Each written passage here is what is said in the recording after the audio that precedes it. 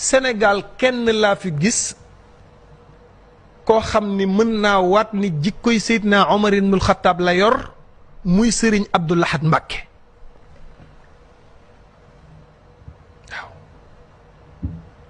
li sama sëriñ Seydil Haaji Malick bindoon ne wakam nazala al ayaatu wifqan lima bihi Abu Hafsin al Mahdi yi kaane yaqulu ci Seydina Omar jikko yooyu yépp boo ko vérifié da nga koy fekk ci sëñ Abdou Lahad Mbacké sëñ Abdou Lahad Mbacké ku amoon fulla la taxam diine xam nam koy tëralee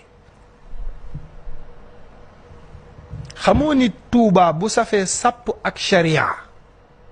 mboolem lu yàlla tere ci diine ji ñu tere ko Tuubaa